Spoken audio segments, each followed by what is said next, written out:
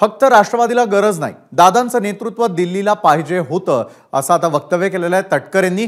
फलटणमधल्या मेळाव्यामध्ये रामराजेंच्या कार्यकर्त्यांसमोर सुनील तटकरेंनी हे वक्तव्य केलेलं आहे। तर महायुतीमध्ये कार्यकर्त्यांना त्रास होतोय, रामराजेंची अजितदादांसमोर खतखत, तर कार्यकर्त्यांवरती खोट्या केसेस टाकल्या जात आहेत। रामराजे नाईक निंबाळकर हे म्हणाले, तर यावर लवकरच भाजपच्या केंद्रातल्या नेत्यांशी आपण बोलणार असल्याचं खुद्द अजित पवार म्हणालेले आहेत। तर खालच्या लोकांशी का बोलू, थेट मोदी, शहा, फडणवीसांशी बोलेन असं देखील अजितदादा यावेळी म्हणाले।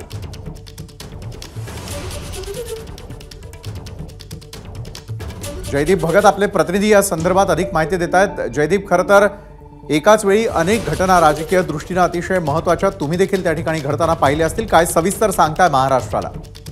विशाल, खरं तर आपल्याला माहिती आहे, लोकसभेला ज्यावेळेस म्हाडामधून रणजितसिंह नाईक निंबाळकर यांचं तिकीट जाहीर झालं त्यावेळेस रामराजे यांच्या कार्यकर्त्यांनी भूमिका घेतली होती की आम्ही त्यांचा प्रचार करत नाही, उमेदवार बदला, अन्यथा आम्ही भाजपला मदत करणार नाही, उमेदवाराचा प्रचार करणार आहे। आणि झालं देखील तसंच। जे माड्याचे मोहिते पाटील आहेत त्यांना रामराजेंच्या कार्यकर्त्यांनी मदत केली, त्यांचे बंधू असतील त्यांनी देखील मदत केली आणि त्या माड्यामधून खासदार झाले ते मोहिते पाटील।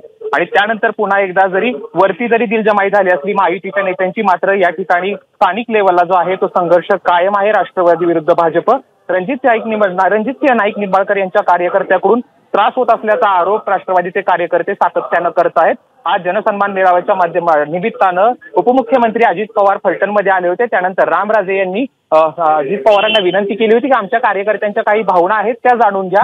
कालच एक आपण बघितलं असेल की रामराजांचं एक वक्तव्य होतं की आपल्या ज्या अडचणी आहेत किंवा ज्या आपल्याला त्रास होतोय तो वरिष्ठांपुढे मांडू, अन्यथा तुतारी वाजवायला किती वेळ लागेल अशा आशयाचं वक्तव्य रामराजे यांनी केलं होतं। त्यानंतर आज कार्यकर्त्यांनी असेल किंवा रामराजे नाईक निंबाळकर यांनी असेल त्यांची जी कैफियत होती ती उपमुख्यमंत्री अजित पवार आणि सुनील तटकरे यांच्या पुढे मांडली। त्याच्यावरती सुनील तटकरे म्हणाले की ज्यावेळेस आम्ही महायुतीसोबत जायचा निर्णय घेतला तो निर्णय जो होता तो दिल्लीच्या नेत्यांना सांगून घेतला होता किंवा दिल्लीच्या नेत्यांची देखील। जयदीप, या सर्व घडामोडींवर तुमचं लक्ष अशाच प्रकारे असू द्या। तुर्तास दिलेल्या माहितीसाठी धन्यवाद।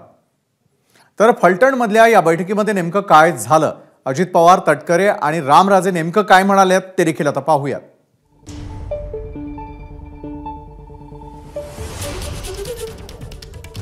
रामराजेंची खतखत, बैठकीत नेमकं काय घडलं त्यावर एक नजर। महायुतीमध्ये कार्यकर्त्यांना त्रास होतोय, खोट्या केसेस टाकल्या जात आहेत असं रामराजे म्हणाले।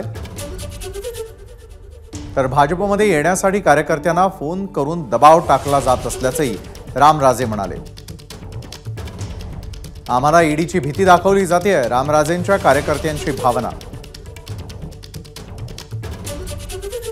तर फक्त आपल्याला गरज नव्हती, दिल्लीलाही दादांचं नेतृत्व हवं होतं असं सुनील तटकरे म्हणाले। आमच्या पक्षातल्या लोकांचा सन्मान राखला जावा असंही तटकरे म्हणतात। तर हुलकावणी कशी द्यायची हे रामराजेंना चांगलं माहिती आहे असं तटकरे म्हणाले। लवकरच दिल्लीतल्या भाजपच्या वरिष्ठ नेत्यांशी बोलणार असल्याचंही अजित पवारांनी म्हटलंय। थेट मोदी, शहा आणि फडणवीसांशी बोलणार असं अजित पवार म्हणाले। भाजपवाले आमचे कार्यकर्ते का फोडतायत असा सवालही अजित पवारांनी केला। तर समोर 3 विरोधी पक्ष आहेत, त्यांचे कार्यकर्ते फोडा ना असं अजितदादा म्हणाले। एबीपी माझा, उघडा डोळे बघा नीट।